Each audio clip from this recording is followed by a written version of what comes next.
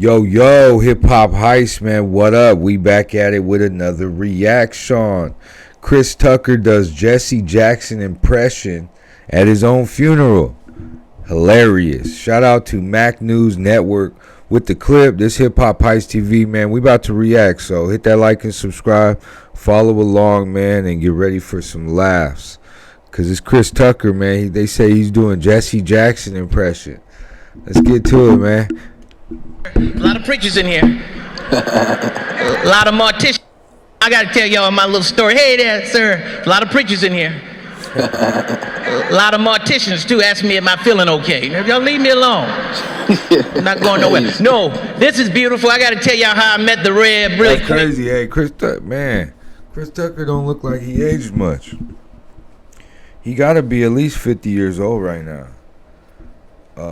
But he sound like he's in the Friday movie or something. You get what I'm saying? Did y'all get that same feel right now when he was talking? Let's keep going though.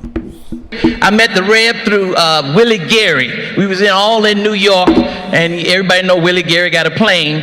And I asked Mr. Gary, I was doing a movie about being the first black president. This was before Barack Obama. And I said, I want to meet Jesse Jackson because I want to ask him some questions. He said, oh, okay, no problem. You know, Willie Gary. And he's going to be on my plane. Go to the plane, and you can talk to him. I went to the plane, private airport, and I was just going to get on there to talk for a second and get off. But when I got on, they closed the door. Oh, no. And I said, hold up, Reb, I just want to talk to you for a second. He said, put your seatbelt on. Shut up. I said, well, I don't have no stuff. Where are we going? He said, I don't know. And he asked Lamel McMorris, who worked with him at the time. He asked Lamel, where we going? Lamel said, I don't know. So we sitting on this plane, and we about to take off. We took off. I said, well, maybe I'll have some good time. This is what God meant with the Reverend Jesse Jackson. And we was getting ready to talk, and Reverend fell asleep on me. He just fell right to sleep. Oh, my God. And I said, Lamel, what's going on, man? Where we going? He said, I don't know, Doc. I don't know. We end up in somewhere, I don't know where, but it was for somebody's grandmother who passed away. Reb flew all the way out there for somebody's family to support them. And I was like, oh, okay. And we said hello to everybody. They kind of knew who I was too. And then I thought that was good. We went to the plane, and I thought we was going back. We went to somebody else's funeral in another state. Oh, no. I said, wait a minute, Reb. Y'all done kidnapped me. This boy crazy. He said, let that be calm. Hey, that's crazy. No, shout out Reverend Jesse Jackson. Rest in peace and long live his message too. Bro walked right beside Martin Luther King. So, but yeah, no. Actually, when you think about it, bro, Jesse Jackson was at every major funeral. Think about the ones that weren't even televised. You know, like bro was really out there. Just with the people, man. That's deep. I'll take you back. So I said, okay, maybe we could talk. We could talk for a little bit because we had a little time. He took his nap. He was up. He was good. And I remember the Reb told me some wisdom I'll never forget because we was flying in that plane to the second funeral. And he said, Chris, the thing about flying like this so much, you miss the details. You miss the details. And I realized how much he sacrificed and gave to so many people and came and supported to his people, for his people and other people and the world. He missed so much and he worked so hard. And that's when I realized work ethic. He had a work ethic I'd never seen in my life. I knew I was lazy compared to what he was doing. Because every time I saw him, he was doing something, going somewhere and doing something important. And I remember one time, and I told you about the movie I was doing, and Reb introduced me to President Clinton. At the time, he was the president of the United States in 1999. He introduced me to the president. I'm the little kid from Decatur, Georgia. And he took me into the White House. At that time, Reb had a key to the White House. We walked in there, he had house shoes on. He was like, come on, follow me. Stay close, boy. Mr. President, this is Chris Tucker. This is Chris Tucker right here. He butchered my name, but it was Chris Tucker. Chris Tucker.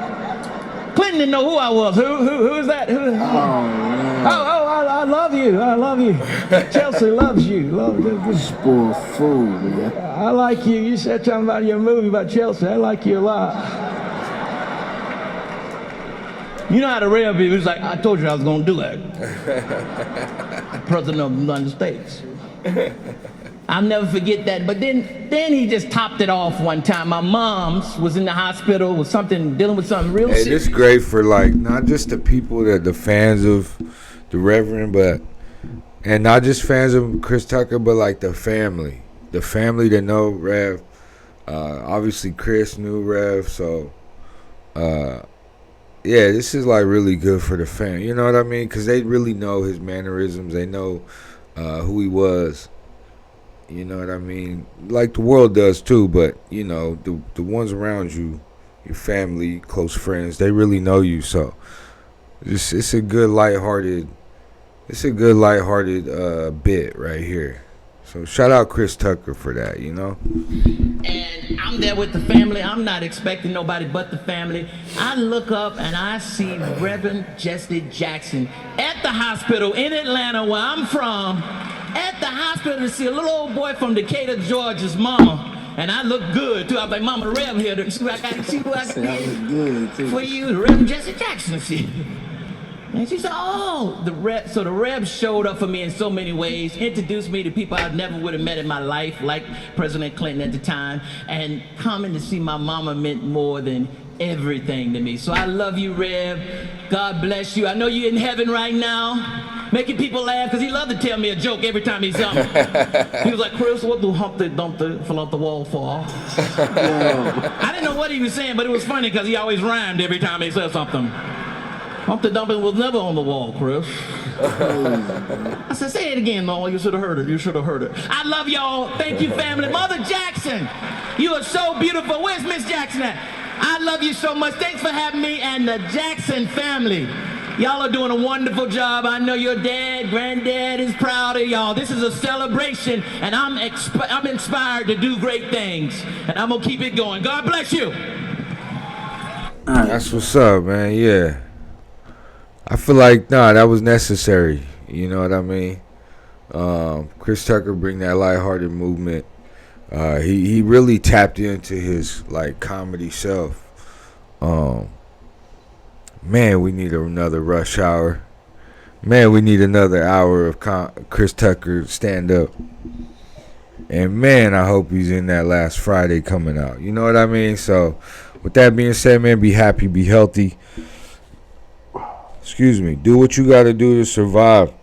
Like Pac said, but also, man, be of service, help somebody out today. I feel like that's the real reason we here. That's how we're going to evolve as one. So, let's get to it, man. Hit that like and subscribe. We got merch for y'all. We out now. Peace.